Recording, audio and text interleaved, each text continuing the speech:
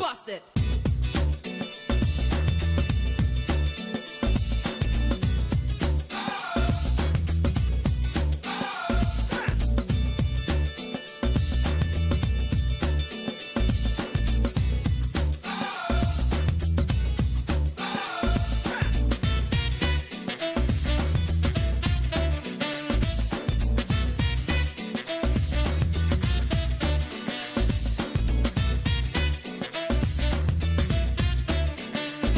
Will it be like Dino Melaye, like Sheikh Husani, and now Senate President Bukola Saraki? That's what so many are saying. All of them senators of the ruling All Progressives Congress, but having issues with the police. Dino Melaye is alleged to have supplied guns to some political talks in his home state, Kogi. In Kaduna State, it was Sheikh Husani who was invited by the police over issues revolving around murder, and now Bukola Saraki over a bank robbery that took place some weeks ago. Well, all of these persons are not very very good friends of the administration, which makes their supporters to begin to point at a witch hunt. But the police says you just need to take a look at the confessions of the suspects, especially the bank robbery suspects that have been apprehended, that all fingers are pointing, and not just the Senate President Bukola Saraki, but his protege, the governor of Kwara State, Abdul Fattah Ahmed. Both gentlemen have distanced themselves from those allegations. The police says the suspects indeed confessed that they receive vehicles and funds from these two politicians as political talks, but they have decided to up their game by taking their actions to a different level. With the Senate President honored the invitation of the police, Dino Melaye refused, prompting the police to move in to arrest him. If the Senate President refuses, would they arrest him the same way they arrested Dino Melaye? And the police said the Senate President, the number 3 citizen in the land, by order of protocol, should report at the SARS office in Abuja. Is about 3 kilometers away from our transmission studio in Asokoro district of Abuja, where even common criminals, when I say common, the most common, are kept. So it will be a good sight to see the Senate President report to this station. It was where Dino Melaye was also taken. So the law, it is all about equality before the law, whether you're a number 3 citizen or whether you are the last of the 198 and more citizens of the country. My name is Amechi Anakwe. Welcome to Political Platform. It was a statement from the police that shook the nation. It has never happened before, but here we are, a bigger situation on our hands. And it's happening at the same time. There are reports that the DSS has reduced the number of its men attached to the leadership of the National Assembly. There are reports that the DSS official security details attached to the Senate President Bukola Saraki, Speaker of the House of Representatives Yakubu Dogara, and even the Deputy Speaker of the House have been reduced by half. Anyway, to partisan politics now, more crisis in the APC.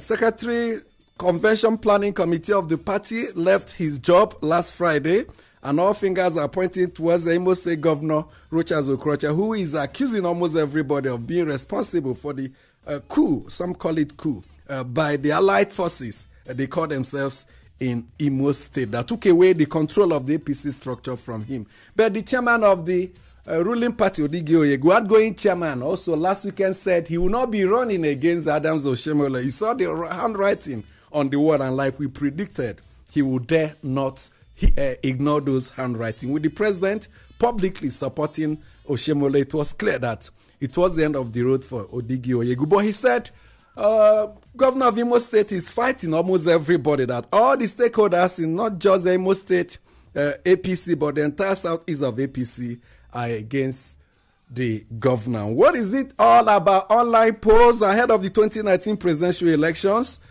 Some groups have been carrying out polls online. Who will be the winner of the 2019 election? And in 3 different polls, Atiku Abubakar, former vice president, has beaten President Muhammad Buhari. My colleagues are in the studio with me.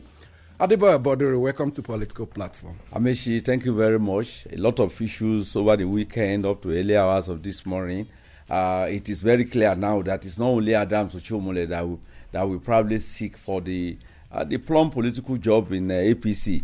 Clement Abri has picked his nomination form, and that signals the fact that he will be running. And from fillers, which one is getting, is having some backers, including a former governor of Abia State, Orji Uzor Kalu, is said to be one of his backers, and they are also moving around. He has written letter to virtually almost all the leaders of the party across the country that he wants to be the chairman of the APC.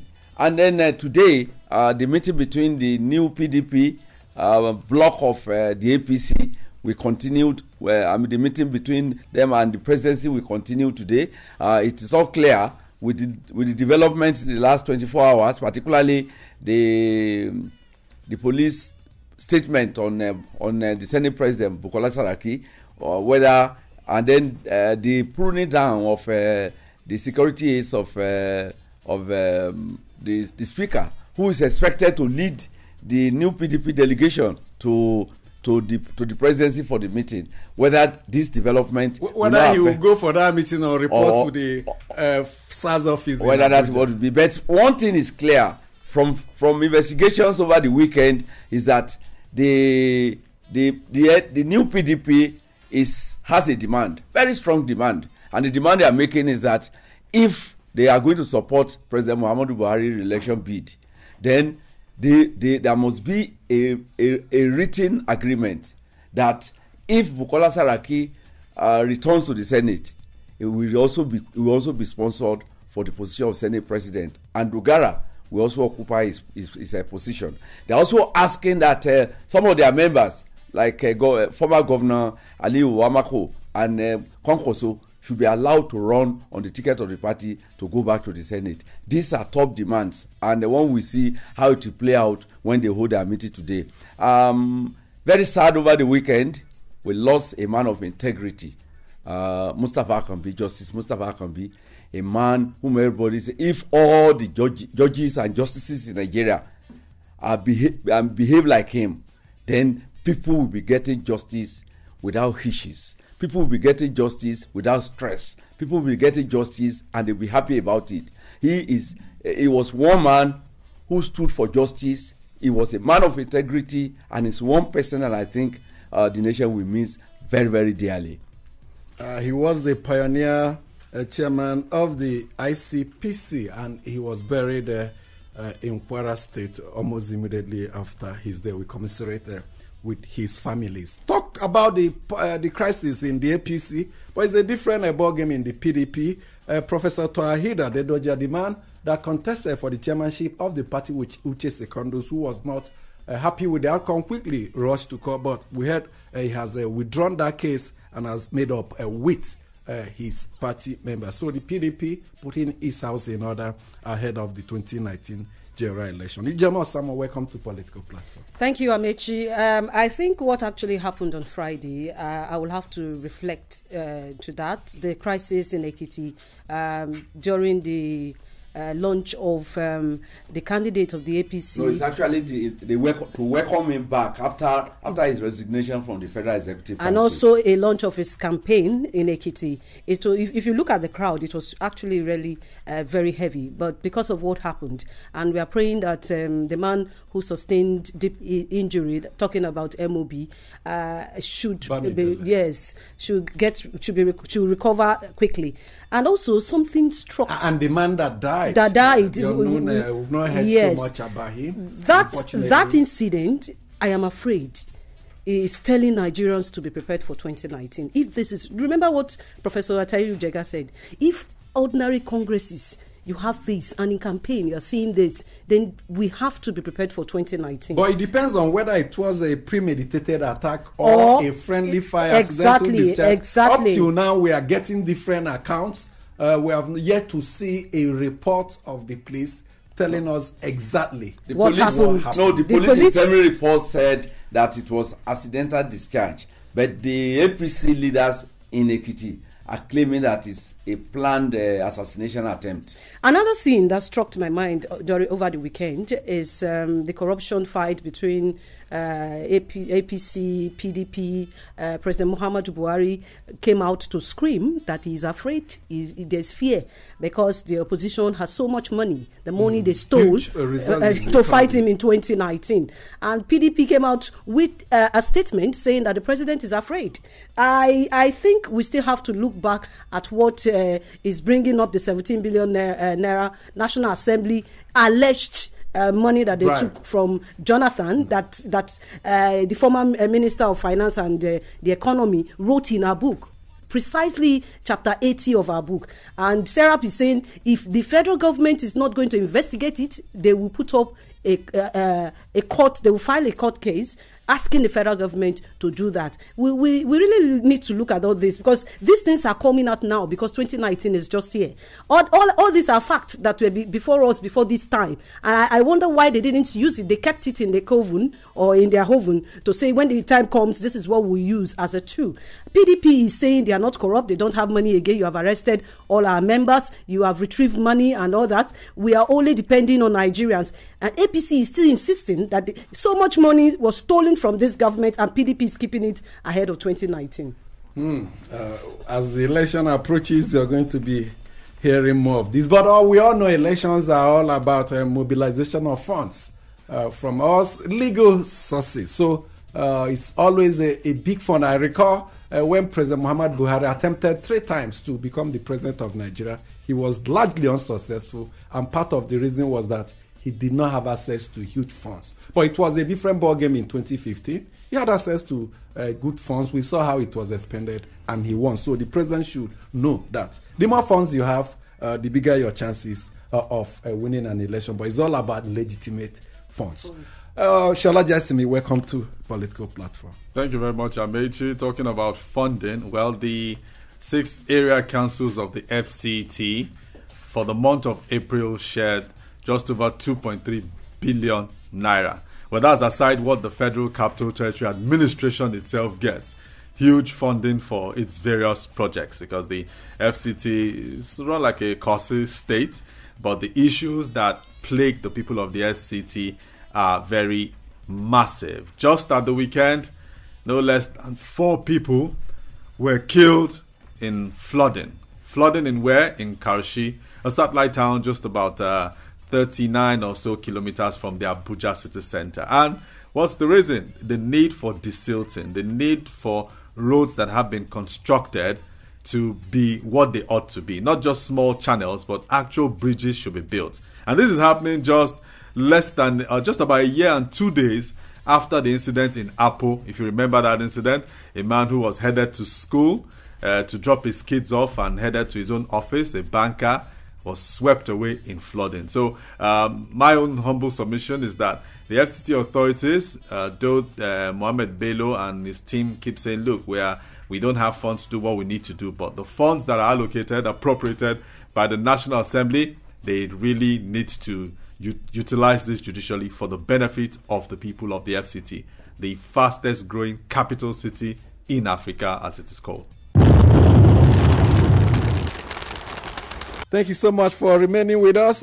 Is there an age limit for employment into public service in Nigeria? Maybe no law that bans anybody above 30, especially for some positions, but most organizations will want young people so that they will have the opportunity to rise through the ranks to get to the zenith while not feeling frustrated in the process. But there are some that are not early starters in going to school, so I believe we'll just have to find a way of accommodating them. And on the PENCOM issue, I think it boils down to the fact that there is no board for it. Not just the PENCOM, there are several important organizations, the Fiscal Responsibility Commission, so many of them that have been without boards for months now, if not years. And those in charge are more or less sole administrators, and they can do as they like without the necessary checks and balances.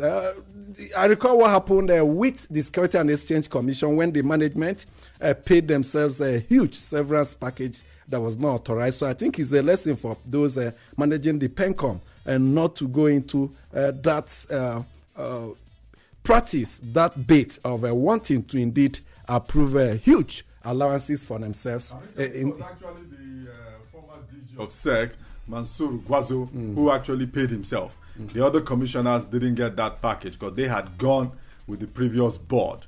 And the Minister of Finance, Kemi Adeosun, had to step in when she felt there wasn't good governance along that line.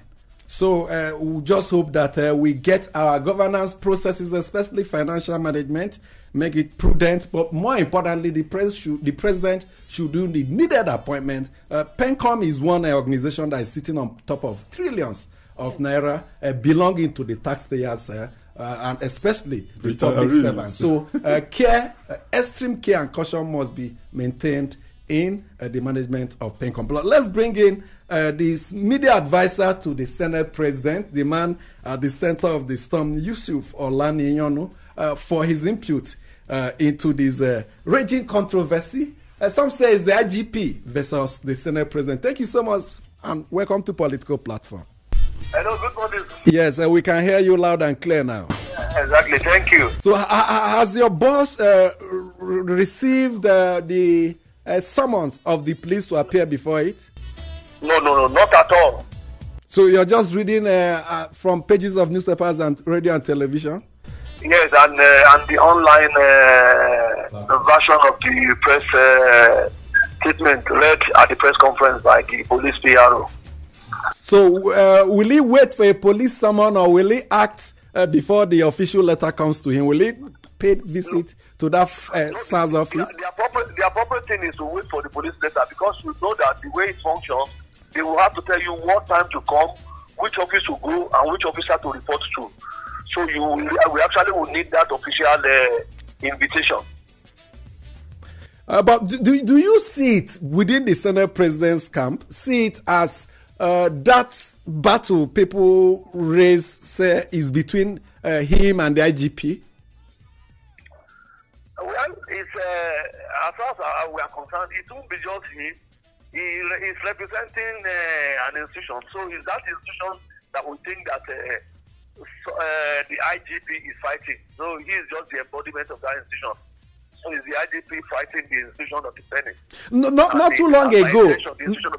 Not too long ago, the Senate President himself raised an alarm that he had it on good authority that the police was making efforts to frame him up with this issue. And weeks after that, this thing happened. Is there any link between that and this very incident? Well, as we stated in our press statement yesterday, which is the response to the press statement by the police, we said we called on Nigerians to remember that exactly on the 18th, the Senate President of the Senate raised the issue of the fact that some suspected cultists who are arrested in the lorry, and the investigation had been concluded by the Kwara State Police Command.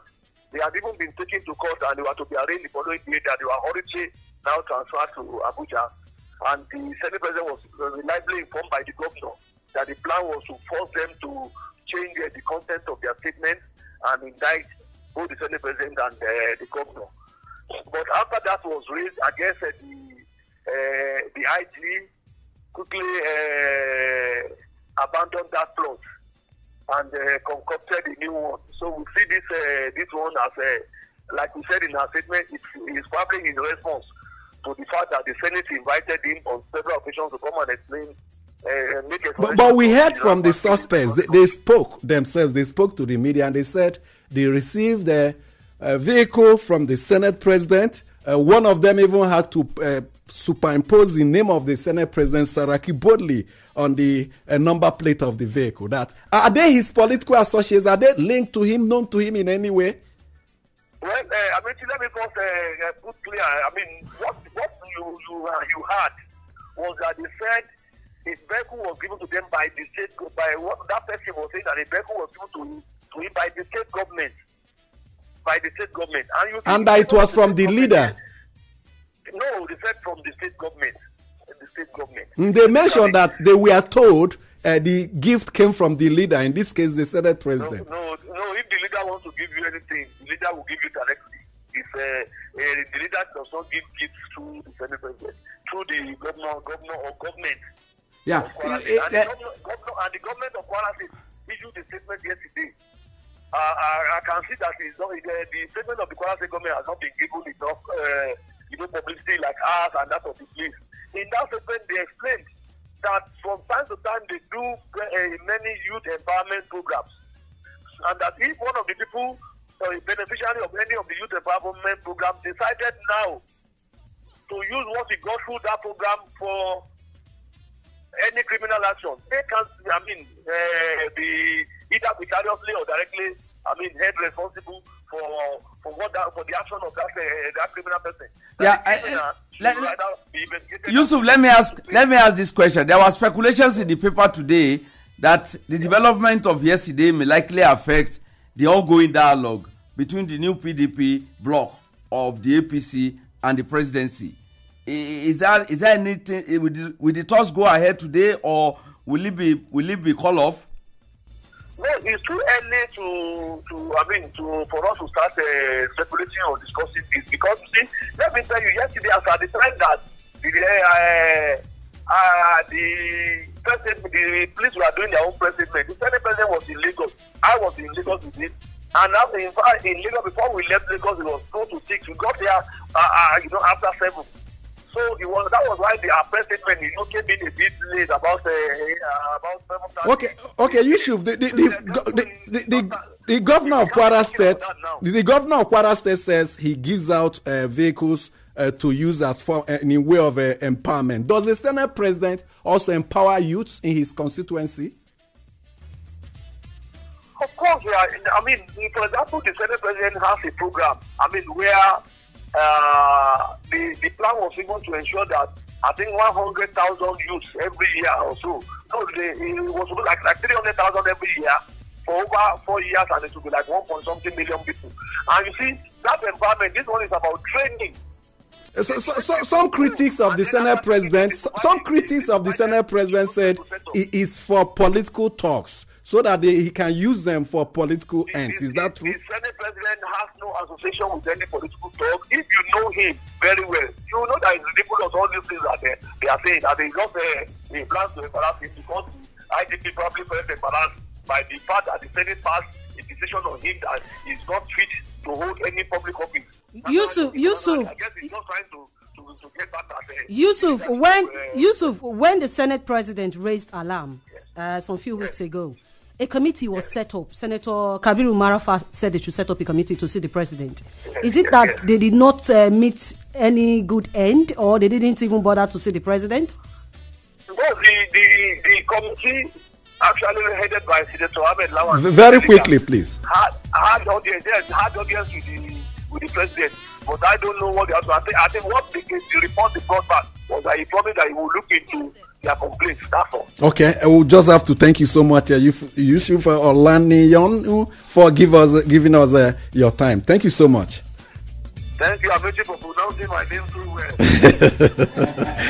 You have to give me amala and wedu to eat more to pronounce it better. Thank you so much. Yusuf Olaniyan is the special advisor media to the Senate President. And on that note, we have come to the end of today's edition of the program. It keeps going on. Tomorrow, that's Tuesday, we'll be back. Thanks so much for being part of this edition. My name is Amichi Anafure.